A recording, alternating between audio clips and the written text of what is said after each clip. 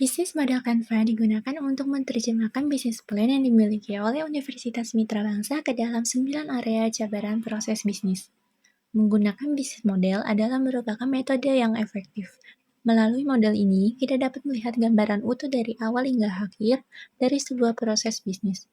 Berikut adalah penjelasan singkat tentang masing-masing elemen bisnis model Canva pada Universitas Mitra Bangsa. Selanjutnya ada customer segment. Customer segment atau segmen pelanggan dalam sebuah organisasi mengacu pada kelompok-kelompok target atau penerima layanan yang menjadi fokus utama dari kegiatan bisnis atau kegiatan organisasi tersebut. Pemahaman yang baik tentang segmen pelanggan membantu organisasi dalam menyediakan nilai yang sesuai dan memahami kebutuhan serta preferensi pelanggan secara lebih mendalam. Berikut adalah beberapa contoh customer segment pada Universitas Mitra Bangsa. Yang pertama, sarjana dalam bidang ilmu manajemen.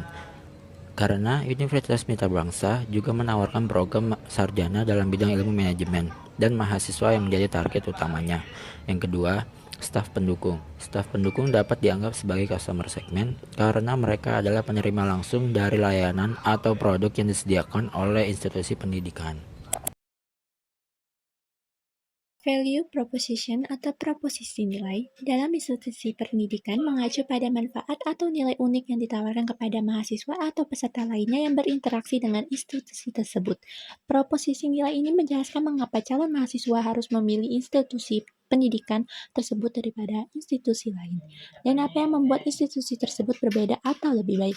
Berikut adalah value proposition pada Universitas Mitra Bangsa. Yang pertama ada biaya kuliah terjangkau dengan segala jenis metode pembayaran.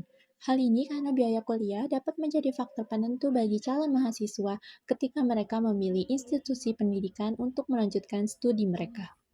Kedua, fasilitas kampus yang modern.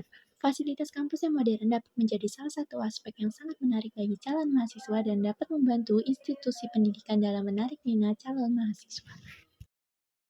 Yang ketiga, Universitas Mitra Bangsa memiliki akreditasi yang baik. Selanjutnya channels.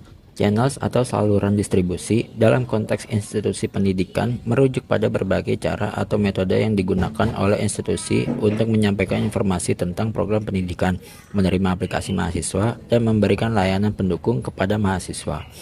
Saluran informasi yang selama ini digunakan UMIBA adalah website kampus UMIBA. Yang kedua, sosial media seperti Facebook, Instagram, YouTube, dan lain-lain. Lalu yang ketiga adalah brosur. Customer relationship.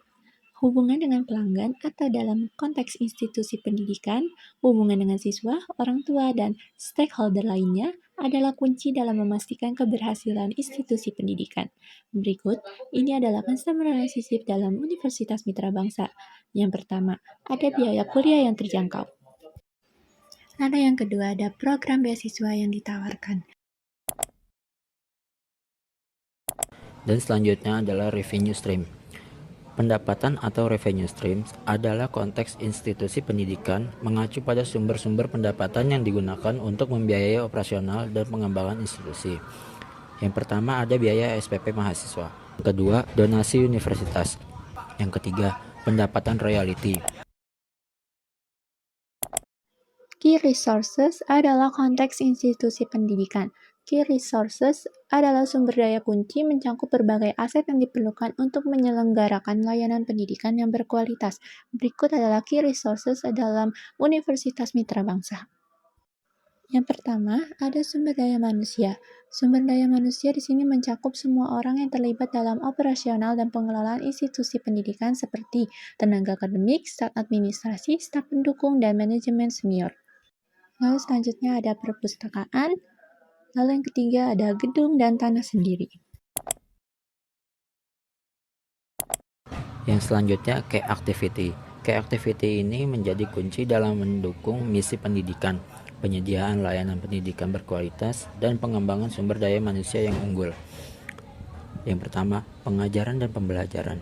Dalam lingkup institusi pendidikan, kegiatan pengajaran dan pembelajaran membentuk inti dari aktivitas sehari-hari, di mana staf pengajar memberikan pengetahuan, keterampilan, dan wawasan kepada para siswa atau mahasiswa. Yang kedua, pengembangan dan dukungan mahasiswa. Pengembangan dan dukungan mahasiswa menjadi bagian integral dari operasional institusi pendidikan dan berkontribusi besar terhadap pengembangan holistik mahasiswa. Q-Partners atau mitra kunci biasanya mencakup entitas atau organisasi yang berperan penting dalam mendukung operasional dan pencapaian tujuan institusi pendidikan. Q-Partners pada Universitas Mitra Bangsa, yang pertama ada MSIB atau Magang dan Studi Independen Bersertifikat, lalu yang kedua ada Kampus Merdeka.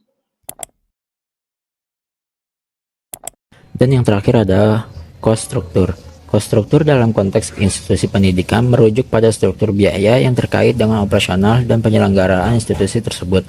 Struktur biaya ini akan bervariasi tergantung pada jenis institusi pendidikan, misalnya universitas, perguruan tinggi, sekolah, atau lembaga pelatihan, lokasi geografis, ukuran institusi, dan program-program yang diselenggarakan. Contohnya adalah biaya operasional. Biaya operasional ini merupakan bagian penting dari cost struktur karena mereka membentuk dasar untuk menentukan biaya total yang diperlukan untuk menjalankan institusi pendidikan tersebut.